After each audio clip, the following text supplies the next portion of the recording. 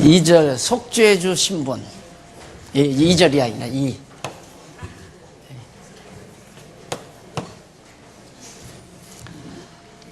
2장 3장까지가 속죄주 신분인데 7114페이지 나오죠. 그 가운데 2장은 죄 사하는 신분. 2장은 여기 이제 죄 사하는 신분.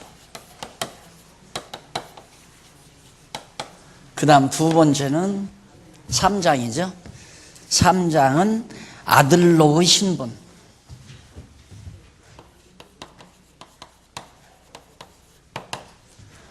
속죄주는 하나님의 아들이어야 속죄주 역할을 하시고 죄를 사하는 분이라야 속죄주 역할을 하죠.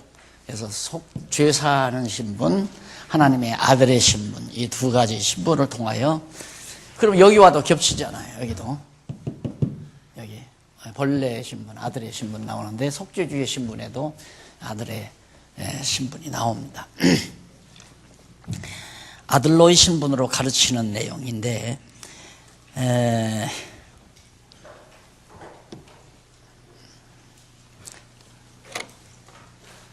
이쪽 7115페이지에 인데 2장 가운데 1절로 12절 1절로 12절은 중풍병을 고치는 표적으로 죄 사하는 능력을 보여주죠. 그 다음 13절로 17절은 세리와 죄인들과 함께 식탁에 앉아 식사하심으로 앉아서 속죄주임을 알게 하고, 18절로 22절까지는 속죄주로 인해 금식을 하지, 예를 들어서 가르치는 내용으로 그렇게 되어 있습니다. 자, 그러면 우선 2장 1절로 12절에 중풍병을 고치는 표적으로 죄 사하는 능력을, 중풍병자가 나타났어요. 그러면 중풍병자가 이렇게 자리를 이렇게 들려가지고 이제 예수님 앞에 나타났는데, 예수님이 그 중풍병자에게 내 죄 사함을 받았느니라 하면서 병을 고치시는 거예요. 그러니까 옆에서 바리새인들이나 소군대는 사람들이, 예수를 미워하는 사람들이 건방지게 지가 누군데 내 죄 사함을 받았다 그러는가. 그러니까 예수님이 반문을 해요. 내 죄 사함을 받았다는 말과 내 자리를 들고 걸어가라는 말이 뭐가 쉬우냐, 어떤 말이 쉽겠느냐. 그건 사람들이 듣기는 너 지금 들것에 들려서 여기 왔지만은 내 자리 들고 걸어가라, 이 말이 쉽잖아요. 중풍병자니까 내가 들려온 들것 들고 걸어가라, 이 말이 쉬운데 왜 하필이면 내가 내 죄 사함을 받았느니라 라고 말을 했겠는가. 좀 생각해봐라 이 멍충이더라. 지금 예수님의 말씀은 그거거든요.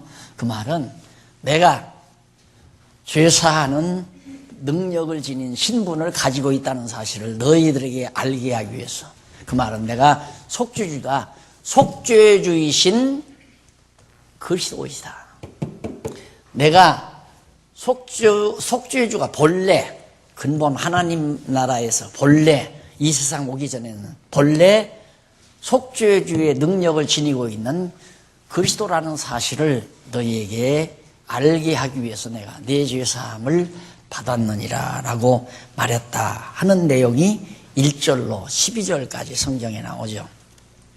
이런 것들은 너무 자세하게 설명을 안 해도 여러분들이 아실 것이니까 넘어가십시다. 2장 13절로 17절 7118페이지. 세리와 죄인들과 함께 식탁에 앉아 속죄주임을 알게 하는 내용이 거기 나옵니다. 예수님께서 왜 시편에 보면 복 있는 사람은 악인의 꾀를 쫓지 아니하며 죄인의 자리에 앉지 아니하고 하는 말이 나오죠. 그래서 유대인들은 절대 이방인과 함께 앉지 않습니다. 만약에 버스를 탔다 했을 때 절대 옆에 이방인들이 앉아있으면 절대 옆에 앉으면 안 돼요. 전철 타도 마찬가지고 승용차를 타도 마찬가지고 죄인의 자리에 앉지 아니하고 그 이방인과 함께 자리를 같이 하지 아니하는 것이 율법대로 산다고 생각하기 때문에. 그런데 하필이면 예수님께서 그 당시에 죄인, 세리는 아주 그 당시에 가장 악랄한 사람이에요. 헤롯이 가짜 왕이거든요. 그가 유대인의 왕인데 다윗의 혈통을 따라서 온 왕이 아니잖아요. 가서 로마 제국 황제에게 가서 아첨해가지고 이렇게 비비고서 왕명 받아가지고 사실은 가짜 왕을 세워놓은 거예요. 그러니까 왜 사람을 부려먹으려면 죄송합니다 이런 얘기해서 교회에서도 그러잖아요. 쓸만하면 이제 장로 세워, 우리 교회가 그렇다는 얘기가 아니라 오해하지 마십시오. 권사 세워놓고 그러니까 벼슬인 줄 알고 열심히 일한단 말입니다. 그게 만연돼 있어요. 그게 아니다 그 말이거든요. 그러니 내가 참 어떻게 할 수가 없죠. 사람들은 다 그렇게 생각하는데 뭐 하나 벼슬 주면 열심히 하고 벼슬 안 주면 안 하니까 세상이 그러니까. 근데 이 황제도 로마 황제도 헤롯을 잘 구슬러서 왕이라고 명칭 붙여주면 이거 세금 잘 걷어가지고 상납 잘하게 생겼으니까 왕이라고 붙여준 거란 말입니다. 그 헤롯으로부터 또 천부받은 자가 있어요. 세금 걷는 천부업자가. 그게 뭐냐면 세리예요. 이게 세리만 들어서 세금 걷는 거예요. 나한테 예를 들어 100만 원 세금이 나오면 100만 원만 걷어도 되는 세금을 세리가 한 150만 원이나 200만 원 받는 거예요. 세금을. 그럼 세리가 내라는 대로 낼 수밖에 없죠. 그러면 내가 150만 원 내면 50만 원 제가 따먹고 100만 원 이제 헤롯에게 주면 헤롯은 거기서 또 한 40만 원 따먹고 로마에다가 한 5, 60만 원 상납하면 다 잘 먹고 잘 사는 거라면 이것이 세상이에요. 여러분. 지금도 마찬가지입니다. 똑같습니다. 이거 이상은 없어요. 인간 사회가 그게 먹이사슬이라고 그래요. 먹이사슬. 이런 거 알고 분통 터지면 나 이제 혈압으로 죽으니까 이거 세상이니까 그렇다고 지금은 살죠. 젊었을 때는 막 그런 생각이 팍 솟아나는데 이제는 성자가 많이 돼서요. 세상인 걸. 그래서 세상인 걸. 그래서 이 진리가 소중하고 이제 이렇게 많이 단련이 됐죠, 저도. 그래서 요즘 늙어서 큰 소리도 안 나오겠지만은 큰 소리 잘 안 하잖아요. 다 이해가 가니까. 그렇게 먹고 살아야지 어떻게 살아요. 먹이사슬에 매달려야 먹고 살죠. 세리가 그런 인간이란 말입니다. 그러니까 얼마나 죄인 취급하는지 몰라요. 그런 세리와 죄인하고 예수님이 같이 앉아서 식사를 하신 거예요. 그러니까 비난하잖아요. 예수님께서 나는 이 땅에 죄인을 부르러 왔다. 병든 자라야 의사가 필요하잖아요. 죄인들에게 죄 용서해 주는 속죄주가 필요한 것이다 이 말입니다. 이것이 바로 세리와 죄인들과 함께 예수님께서 식사를 하시는 의도가 거기에 담겨 있단 말이죠. 그 사건 자체에 담긴 의미는 굉장히 중요하죠. 그래서 이렇게 찾아내기 때문에 그걸 의미 분석이라고 그러잖아요. 의미. 그래서 의미로 성경을 분석을 해놨다.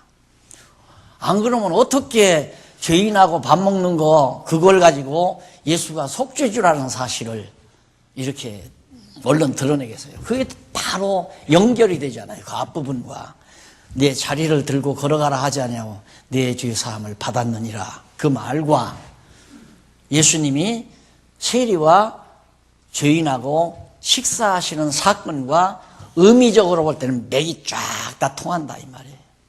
그러니까 저는 이 성경 66권을 실핏줄 연결되듯이 연결이 안 되면 써나갈 수가 없어요.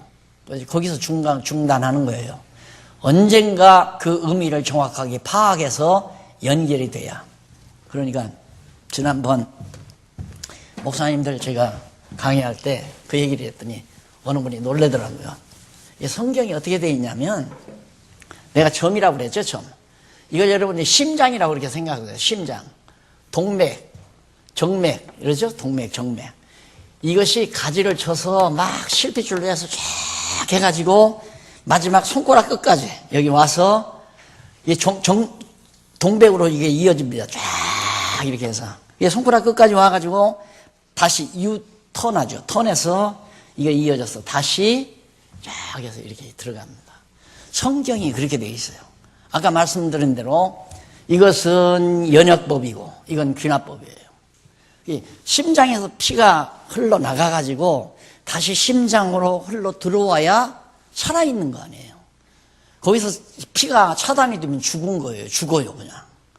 그러니까 성경 진리라는 게 이렇게 되어 있다는 거예요. 근데 이게 그냥 평면으로 내가 어떻게 그릴 수가, 평면적으로 그릴 수밖에 없기 때문에 이게 그렸지만 입체라고 생각해 보십시오. 입체, 이렇게 봐. 입체. 복잡할 거 아닙니까? 그냥 입체적으로. 그렇게 해서 딱 하나의 점. 이게 여호와라, 이 말이에요. 여호와. 쫙 피가 돌다가 유턴해서 정맥으로 다시 딱 들어와서 이게 또 여기서 또 나갔다가 들어오고 나갔다가 들어오고. 여호와 하나님을 거치지 않는 모든 사고나 생각, 죽은 사고고 미친 사고고, 어떤 생각이든지 어떤 사상이든지 어떤 논리든지 반드시 여호와로 출발해서 여호와로 끝을 맺어야 살아있는 진리라는 것. 우리의 생각도 그래요. 오늘 하루 일어나서 생각하기 시작합니다. 어디서부터? 여호와 하나님께로부터. 모든 만사 작정하신 뜻대로 이끌어가고 섭리해 가시는 하나님. 오늘 하루의 일과도 여호와께서 내 하루의 일과를 준비하셔서 누구를 만날지는 모르지만 만나는 사람, 그리고 이루어지는 일 모두가 다 여호와 하나님께서 그렇게 해 가신다. 그리고 돌아와서 저녁에 잠이 듭니다. 마지막, 여호와께서 오늘 하루도 나를 이렇게 살게 하셨다. 이게 바로 영적 예배의 삶이에요. 신앙생활이고. 그게 살아있는 삶이란 말이에요. 그런데 토막토막 하나 연결이 안 되는, 이렇게 속죄주로 중풍병자를 고친 사건이나 죄인과 세리하고 밥 먹는 사건 자체가 그 안에 핏줄이 통하잖아요. 맥이 통한다 이 말이에요. 맥이. 의미가 통한다 이거죠. 이렇게 성경 전체가 되어 있다니까요. 우리의 삶도 그래야 생동감이 있어요. 오전에 하는 일, 오후에 하는 일 아무 관계가 없어. 이랬다 저랬다. 그러니까 뭔가 머리가 복잡하죠. 연결이 안 되니까. 분망하고 뭔가 이랬다 저랬다 하고 아무 연결되지 아니하는 삶으로 우리가 이어진다 이 말이에요. 이유는 내 생각이 그렇게 연결되지 아니하니까 결국 행동도 연결되지 아니한 삶으로 이어져 갈 수밖에 없는 거죠. 그러면 점점 우리의 삶은 규모가 없어져 버리고 규모가 없어져 버린다. 정리 안 된 삶을 살 수밖에 없다. 그래서 진리가 나를 놔두게 한다는 것은 내가 어떻게 이걸 입체적으로 컴퓨터 작업을 하면 입체적으로 돌아갈 것 같아요. 근데 내가 그걸 할 줄을 몰라가지고 이 성경 진리를 도표로 그렇게 그린다고. 그러니까 최대한으로 내가 한 게 동그라미 그리는 거예요. 이런 식으로 해서. 이런 식으로. 이렇게 해놨더니만 이것도 좋다는 거야. 이것도. 내가 볼 때는 이것도 만족질 않은데 저걸 어떻게 입체적으로 표현할 수가 없을까? 입체적으로 표현하면 이렇게 표현하는데 이걸 까치집마냥 될 거 아니에요. 막 얼기설기. 그렇지만 내용적으로 볼 때는 동맥과 정맥이 다 실핏줄 안에도 전부 구분이 되어 있다 이 말이죠.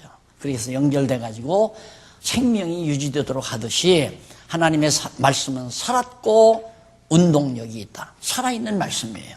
살아있다는 말은 계속 운동한다는 말이, 움직인다는 말이거든요. 이게 진리가 내 삶을 그렇게 움직여 가야 돼요. 항상 내 뇌 안에서 그 진리가 나를 이끌어 가도록 생명력으로 작용돼야 된다. 하나님의 말씀이라는 것이. 그래서 이거 한번 좀 상상해 보시기를 바랍니다. 그 다음 2장 18절로 22절에 보면 속죄주로 인해 금식을 하지 아니함을 예를 들어 가르칩니다. 요한의 제자들과 바리새인들이 금식하고 있었어요. 그 당시에는. 사도 요한은 아직 구약시대였으니까, 구약시대 아니 예수님 오시기 전. 그러니까 사도 요한의 제자도, 세례 요한의 제자도 금식을 하고, 그 당시에 바리새인들도 금식을 하는 거예요. 구약의 전례에 따라서. 그런데 예수님의 제자들은 금식을 안 하는 거예요.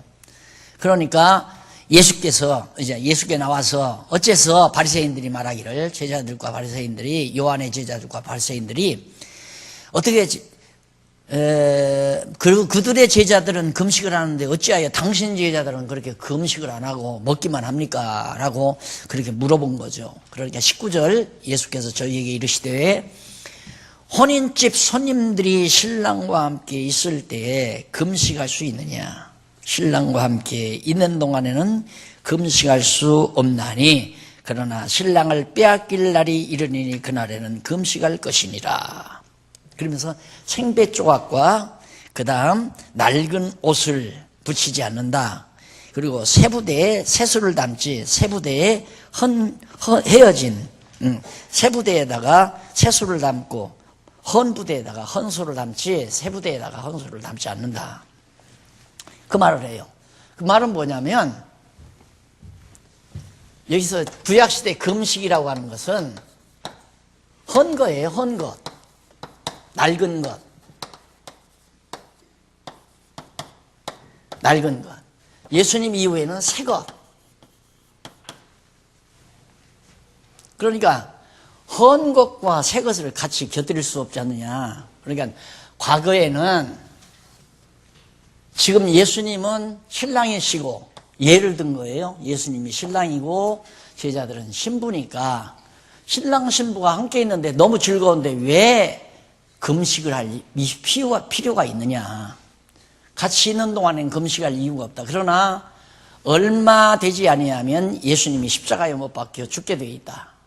왜? 예수님과 헤어지는 그때에는 금식을 한다. 그 말은 예수님과 헤어질 때 십자가 못 박힐 때도 괴로워하지만 그 다음 예수님이 부활 승천하신 이후에도 제자들이 많은 고통을 당하게 된다. 고난을, 박해를 당하게 된다.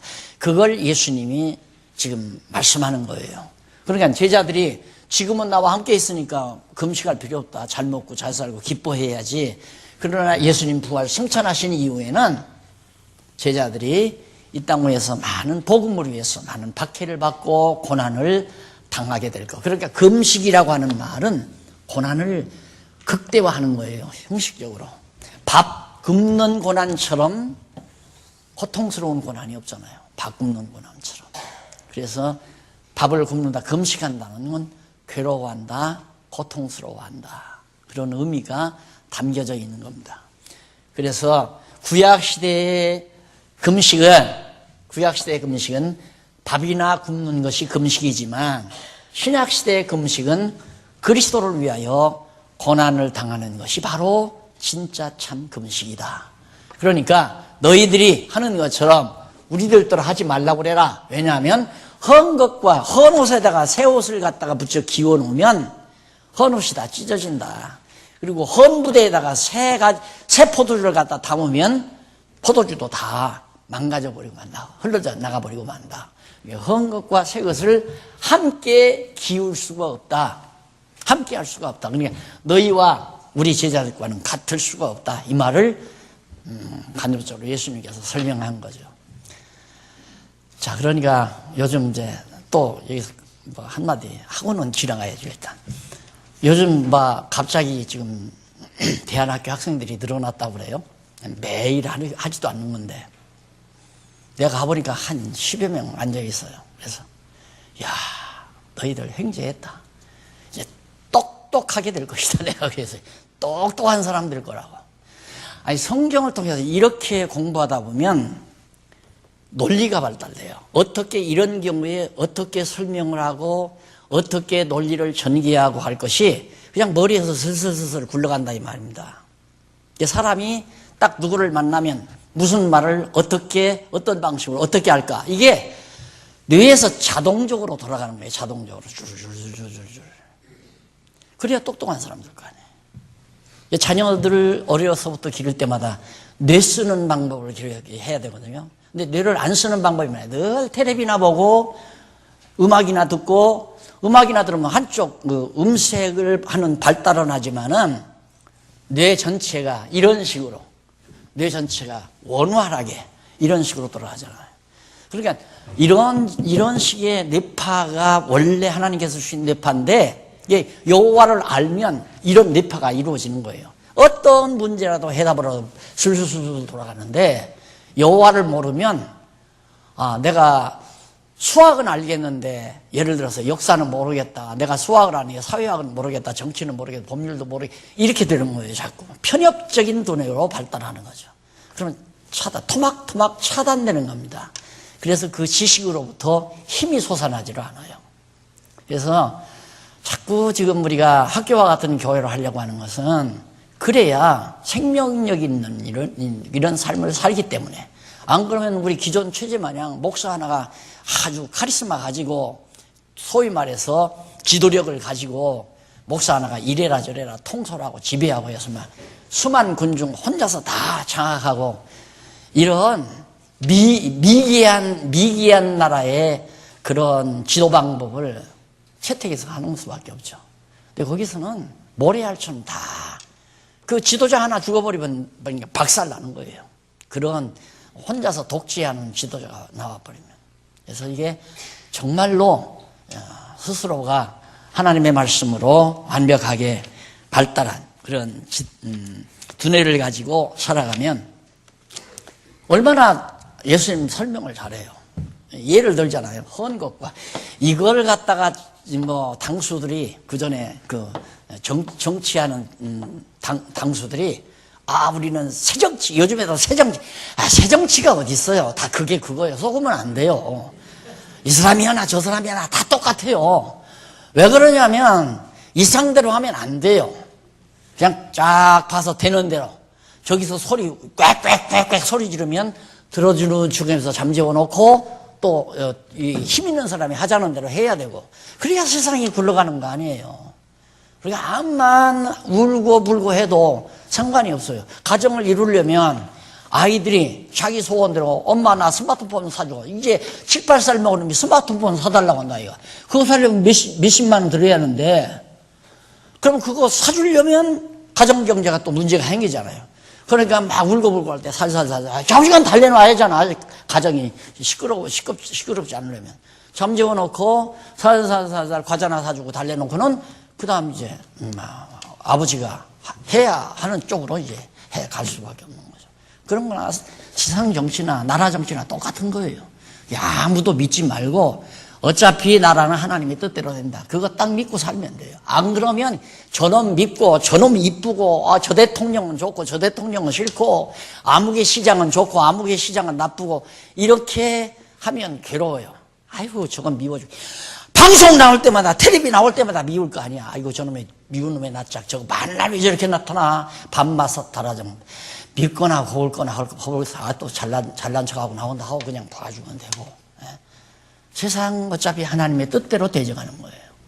그래서 내가 왜 자꾸 옆으로 빠져 이렇게 바빠 죽겠는데, 얼마나 정말 하나님께서 정확하고 예수님께서 정확하고 분명하게 당신이 속죄주가 된다는 사실을 증거하고 있는가. 그 다음 안식일을 오해하는 자들에게 속죄의 능력이 있음을 가르쳐 줍니다. 안식일에 예수님께서 밀밭 사이를 걸었는데 제자들이 그 이삭을 잘라서 이제 부벼서 먹었단 말입니다. 그게 안식일을 범하는 거죠.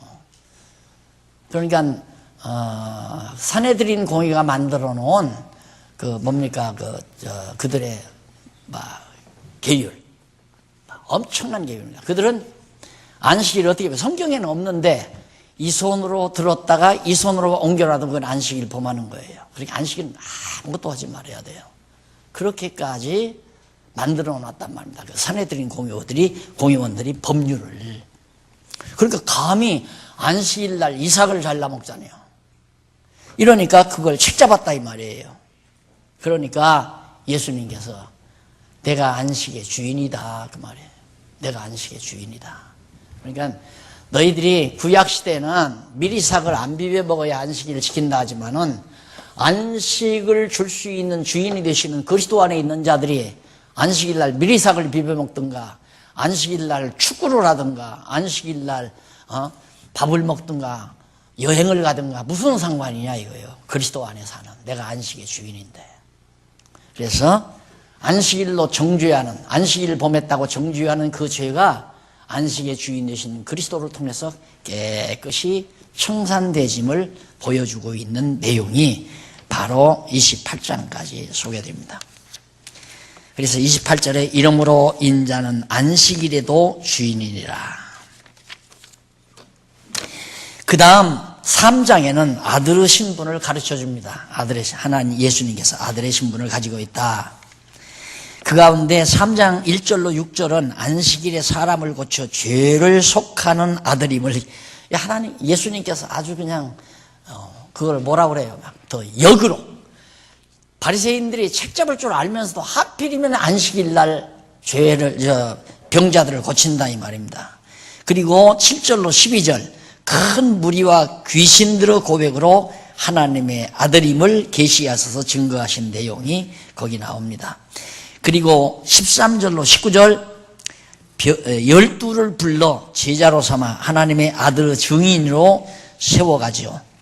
그리고 증거하신 내용입니다. 20절로 23절은 오해하는 자들을 책망하면서 하나님의 아들을 계시함으로 증거하신 내용이 바로 이 3장 내용이죠.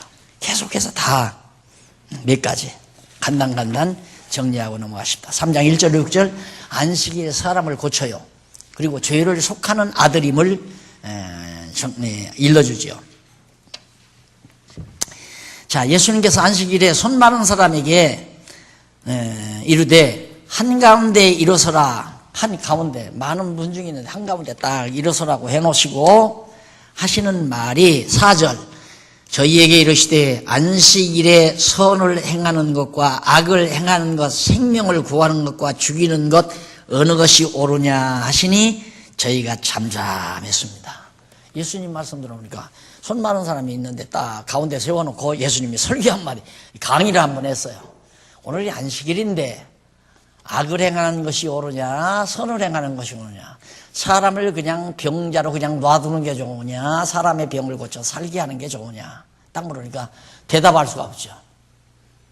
상대방이 대답 못할 말을 우리는 얼마든지 할 수 있습니다. 상대방이 1절 대답 못하다 이 말하면 또 나 축해주는 얘기로 들으니까 나는 그걸 늘 경험해요. 한참 날 2단 잡으려고 막 어느 총장 부총장이 와서 막 자료 다 찾고 난리를 치잖아요. 2주 후에 나하고 논쟁 붙었잖아요. 자기는 막 한 20분 30분 얘기한 다음에 나는 단마디로 그래 어항 안에 하나님의 영역이 미치느냐 안 미치느냐 말을 못 하잖아요. 근데 그게 내가 지혜로워서가 아니라 성경에서 다 배운 거예요. 성경 알면 누구나 똑똑해집니다. 여러분 보시기에는 혹시 내가 뭐 공부도 잘하고 똑똑하고 그런 줄 알지만 나는 내가 똑똑한 게 아니라 성경이 똑똑해요. 그게 저절로 나와요. 술술. 그리고 자유의지 뭐 죄의 책임 문제 나오기에 그럼 하나님 없으면 죄가 있습니까 없습니까? 말을 못하잖아요. 대답을 못해요. 그러니까 예수님이 하는 것 보면 꼭 상대방이 대답을 못할 말만 물어요. 왜? 이것도 아니고 저것도 아니니까. 그러니까 그 무슨 뜻이냐면 이 세상에 속한 모든 상대적인 것들은 절대적인 것 앞에 다 함몰된다 그 말이에요. 우리는 여호와를 안다고 하는 것은 절대자를 안다는 얘기예요. 절대자를 아는 절대 지식은 상대적인 지식 이것이냐 이것이냐 이건 다 여기서 답을 하면 안 돼. 이건 답이 없어요. 여기도 답이 없고 여기도. 이 답을 하면 이것에 걸리고 이 답을 하면 이것에 걸리게 돼 있어요. 모든 상대적인 지식이라는 건. 그런데 절대적인 입장에서 딱 정리를 하면 두 개가 모두가 다 끝나버리는 거예요. 모두가 다 끝나요. 그러니까 한번 우리 윤철자 권사님 친구 구원파 다니는 아주 거기 중심 멤버 부인인데 와가지고 딱 성도대학 시간에 그때는 성도 대치동에서 강의 듣고는 완전히 예정론자로 바뀌어가지고 집에 갔잖아요. 남편하고 붙은 거예요. 남편이 서울대에 나오고 어학에 능통하고 헬라어 히브리어 다 능통하다고 그러더라고요. 근데 남편하고 붙어서 남편이 지는 거야 자꾸만. 그러니까 열받은 거야 남편이. 그 새끼 어떤 놈이냐. 내가 가서 한번 붙어야 되겠다. 그리고 나한테 쫓아왔잖아요. 그래서 화를 내면서 막 나한테 그냥 막말을 퍼부어대고 가려고 그래요. 아유, 내 집에 온 손님 그러면 되냐고. 아이, 식사하고 가라고. 자꾸 붙들었더니만 밥은 먹고 가고 싶은 모양이더라고요. 밥 먹으러 가서, 선생님, 내가 한마디만 물어봅니다. 물었죠. 이 세상에 악한 일이 많습니까? 선한 일이 많습니까? 그러니까, 악한 일이 많죠. 그래요. 그럼 악한 일은 누가 합니까? 마귀가 하죠. 선한 일은요, 하나님이 하고요. 그럼 하나님이 마귀한테 늘 지겠네요. 한참 대답을 하다가, 그건 내가 연구를 안 해봤습니다. 그 다음 연구해서, 그게 바로 이 원리에서 나오는 거예요. 이런 원리에서 그냥, 다 이런 원리에서. 여러분, 내가 체력회복 할 때, 나 좋게 하려고 하고, 어느 장로님 좋게 하려고 했으면 이거 안 돼요. 나도 안 좋고, 장로님들도 안 좋아요. 누구 한 사람을 위해서 하려고 하는 게 아니에요. 하나님의 뜻대로 하려고 하니까 다 되잖아요. 간단한 거예요. 모든 문제를 자기 중심으로 해결하려면 전부 이게 다 허그러지는 거예요. 그래서 정말 예수님께서 이처럼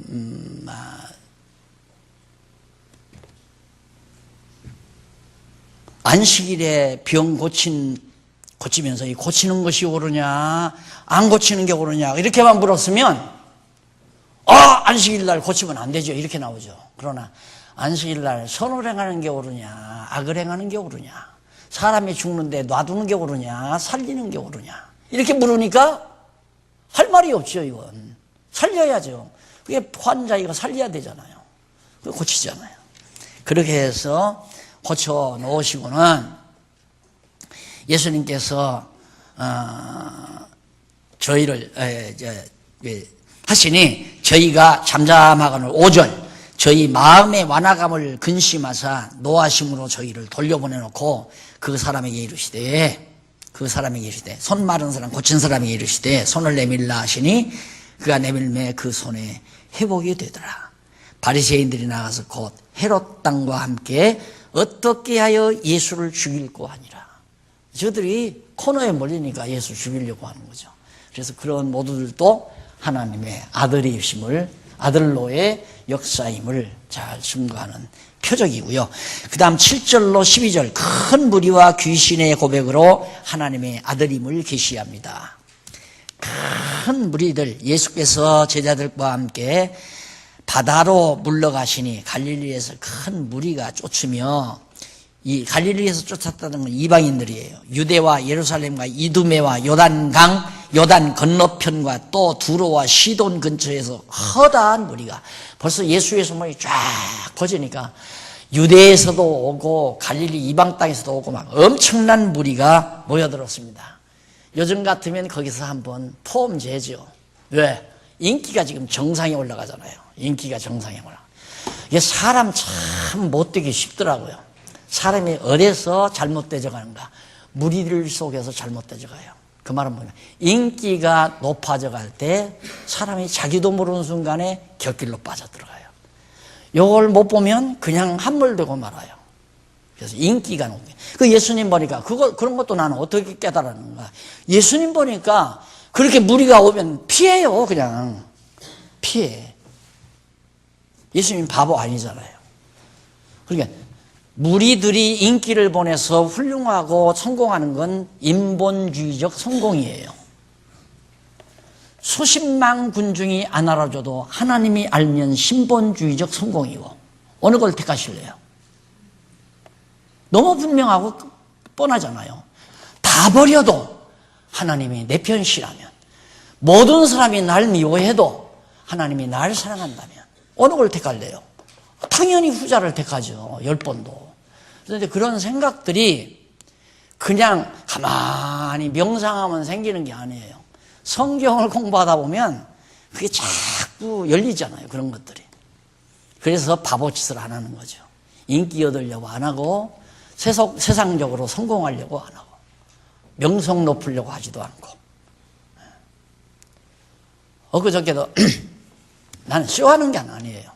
엊그저께도 그 신문에 요즘 신문에 이렇게 내면서 내가 쓴 전도 그거 내지 말라고 해도 자꾸 그 신문에 내더라. 내고는 내 사진을 또 넣은 거예요. 요만한 사진을. 그것도 이쁜 사진이나 냈으면 나도 유혹받아서 가만 놔두겠는데 제일 못생기게 나온 사진을 갖다가 이렇게 올려놓은 거야. 예, 얼굴도 보기 싫고. 그리고 거기 올려놓으면 아이고 너 잘났다. 모든 사람들이 볼 때 그런단 말입니다. 처음에 신문할 때 내 사진이 그 8면인가 나오는데 7번인가 나오더라고요. 7번 내 사진이. 그래서 그때 뭐 박 국장이라고 해서 좀 뭐라고 하고 당신 다 가지고 노는 거야 이러는 거 아니야. 내 사진 내 승마없이 내지 마. 싹 내버리고. 그래서 그때부터 내가 글을 안 쓴 거예요. 지금도 내가 글을 안 써요. 글을 쓰는 건 내용을 전달해야 되는데 내 어떤 명성이나 내 이름을 내기 위해서 자꾸 하는 것처럼 그렇게 하니까 내 사진 내지 말라고. 아마 이번 신문부터 안 나올 거예요. 그것도 내지 말라고 지시를 했죠. 근데 왜 그러냐면 사람이 묘합니다. 그런데 주먹만한 사진이 쫙 나와. 아, 네, 성공했다. 이번에 딱 목사님들 강의하고 나니까 무슨 국제 잡지래요. 잡지에 표면 사진으로 나를 내겠대요. 내가 연예인인가 정치인도 아닌데 그걸 나오겠다고 날 한번 뭐 하러 오겠대요. 그러니까 그걸 뭐라 그래? 인터뷰해서 이제 내 글도 싣고 표면에 사진에서 이게 이제 국제적으로 퍼져나간다, 그 사진이. 보나마나 그렇게 해놓고 날들어 돈 달라고 하는 거죠. 돈 아까워서가 아니라 그 미친 짓을 왜 해요, 그래. 그래서 큰 무리를 보고 피하시는 주님의 모습은 너무너무 나에게 진지하게 다가오는 거예요. 진지하게. 왜? 당신 피하신 이유는 그게 다 택한 백성 아니다 이거예요. 택한 백성이 아니다. 그러니까 그러니까 많은 군중이 인기를 보낸다는 것은 군중 중심의 내 스스로의 표출을 한다는 얘기죠. 많은 사람을 즐겁게 해야 많은 군중이 따르지. 하나님 뜻대로 기쁘게 하는 사람을 모아놓으면 많은 사람이 따를 수가 없잖아요. 수십만이 구원 얻은 사람이 수십만이 다 모이죠. 우리 역사 현장에서 보이잖아요. 한 번 하고랑 이렇게 우르르르 모래 위에 지은 집이라는 게 너무 분명하잖아요. 그래서 내가 여러분 듣기 싫다고 하지만은 항상 혼자를 생각하는 이유가 그렇습니다. 나 혼자만이라도 합니다. 왜? 하나님이 나와 함께 하신다면 나 혼자만이라도 얼마든지 하나님은 일해갈 수 있습니다. 사람 수로 하는 것도 아니고 수백억 수천억의 재산으로 하는 것도 아니고 하나님의 능력으로 하는 거니까 내가 하나님께 쓰임만 받는다면 얼마든지 나 혼자라도 합니다. 이 말이 무슨 내가 자만하고 교만해서가 아니라 나는 인간 인기 중심으로 하지는 않습니다. 어떻게든지 하나님의 뜻대로 합니다. 이 얘기를 이것도 이제 안 해도 필요 없는 소리인데 이 말을 하자니까 자꾸 생각이 나니까 그래요. 귀신들의 고백으로 하나님의 아들임을 계시합니다. 귀신들이 바로 알잖아요. 자, 거기 보면 큰 일을 듣고 많은 사람이 이렇게 모였는데 10절 이는 많은 사람을 고치셨으므로 병에 고생하는 자들이 예수를 만지고자 하여 핍근히 가까이 접근했다 이 말입니다. 더러운 귀신을 또 어느 때든지 예수를 보면 그 앞에 엎드러져 부르짖어 가로되 당신은 하나님의 아들입니다. 예수께서 자기를 나타내지 말라고 많이 경계했어요. 왜? 아직 하나님의 아들로 공개가 되어 버리면 다 알아버리면 예수를 십자가에 못 박혀 죽으셔야 되는데 유대인들마저, 바리새인들, 서기관들마저, 제사장들, 장로들, 이들이 다 예수가 하나님의 아들이다 알고 믿어버리면 예수님 십자가에 목 안 박을 거 아니에요. 그래서 예수님이 때가 안 되니까 자기를 감추시는 거예요. 자기를 감추어도 때가 되면 드러나잖아요. 때가 되면. 아무리 숨어도 하나님께서 드러냈잖아요. 드러내게 돼 있어요. 그걸 믿고 살아야지 자기 스스로 드러나려고 깐깐힘을 쓰고 인기 얻으려고 노력을 하고 이거 보면 애달프잖아요. 아이고, 저렇게 자신의 만족이 없을까? 많은 사람이 따라야 행복하고 많은 사람이 자기를 칭찬해야 좋고 이건 그만큼 자기 행복이 없는 사람이에요. 그러니까 타인에 의해서 자기가 행복해지는 사람. 그냥 하나님 앞에서 스스로 행복한 것이 아니라 하나님 앞에서 여호와 깨닫고 행복한 사람은 하나님 앞에서 하나님이 주시는 행복을 누리는 자지만 성도들이 내가 박수 못 치게 하는 이유도 인간은 육신을 가지고 있기 때문에 박수렁차기 나면 듣기 좋아요. 그때 벌써 우리는 빗나간단 말입니다. 자꾸 내 박수 소리가 더 크네. 그래서 우리 연구소 들어가면 몇 명 들어왔나 그게 데이터를 싹 없애버리잖아요. 왜? 사람이 유혹을 당하니까. 나보다 박 목사가 더 많이 들어갔네. 그러면 박 목사 따라 먹으려고 했을 거 아니에요. 그래서 이 몇 명 들어왔나 그거 없애버려라. 싹. 그것도 위장하기 좋아요. 하루 앉아서 들어갔다 나왔다 하면 한 50명, 100명 올라갈 수 있어요. 그런 조작들 하잖아요, 또. 인간 치졸한 데가 참 많습니다.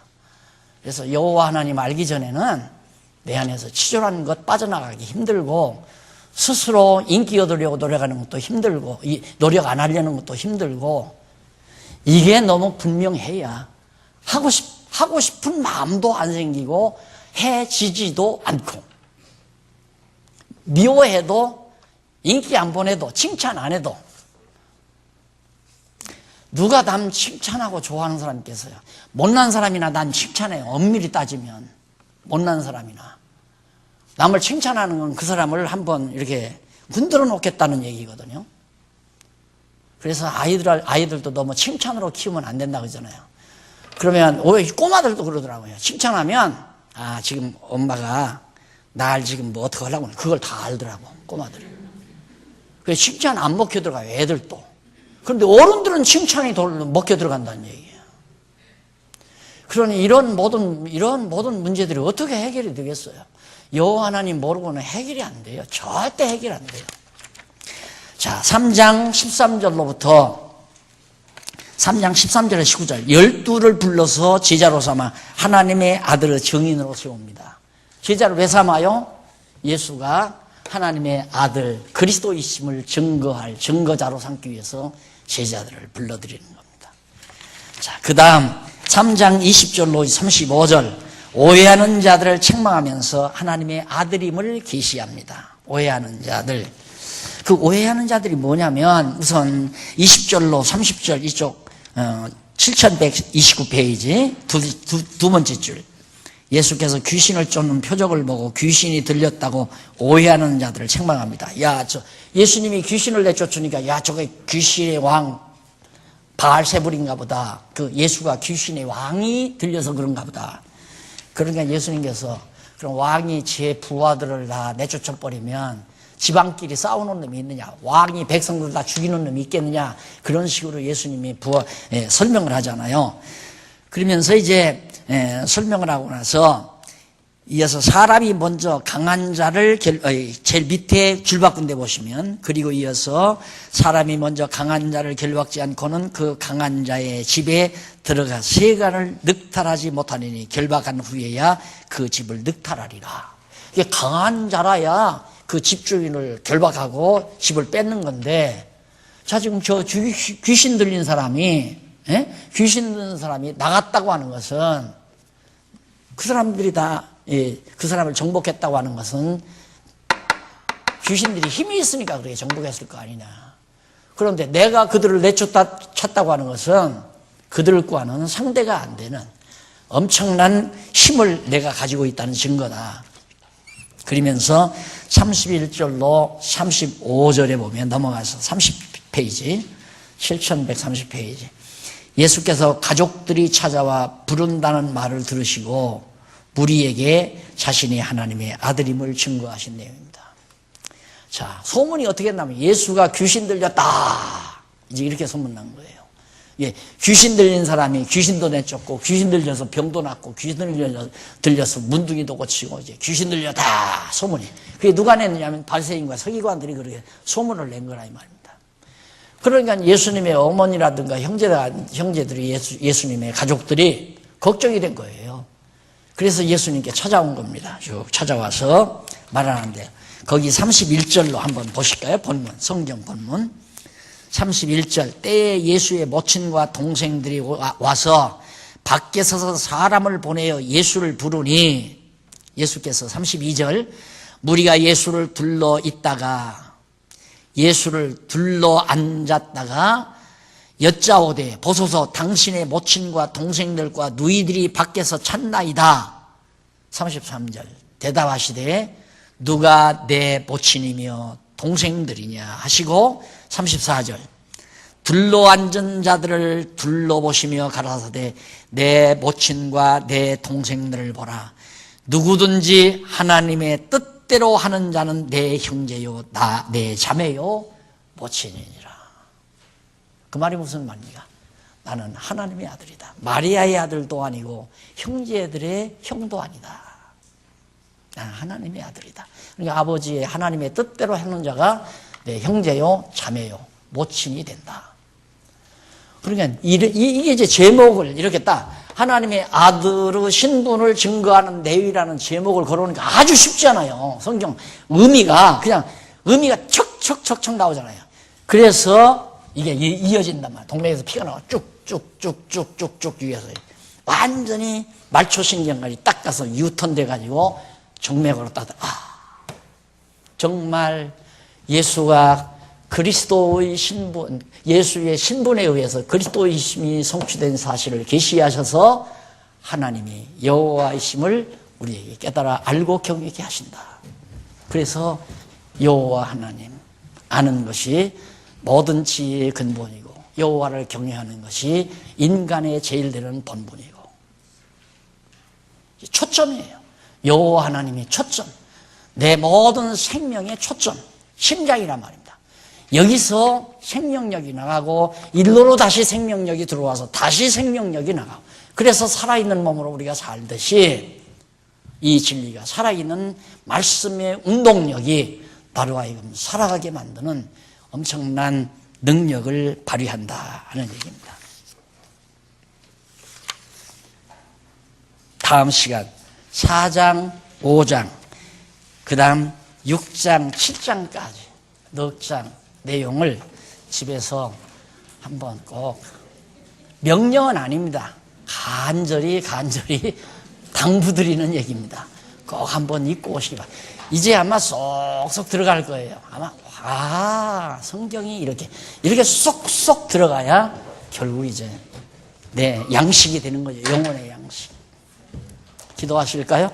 자비로우신 하나님 아버지, 참으로 감사합니다. 살아있는 말씀, 능력 있는 말씀을 우리에게 깨닫게 하소서.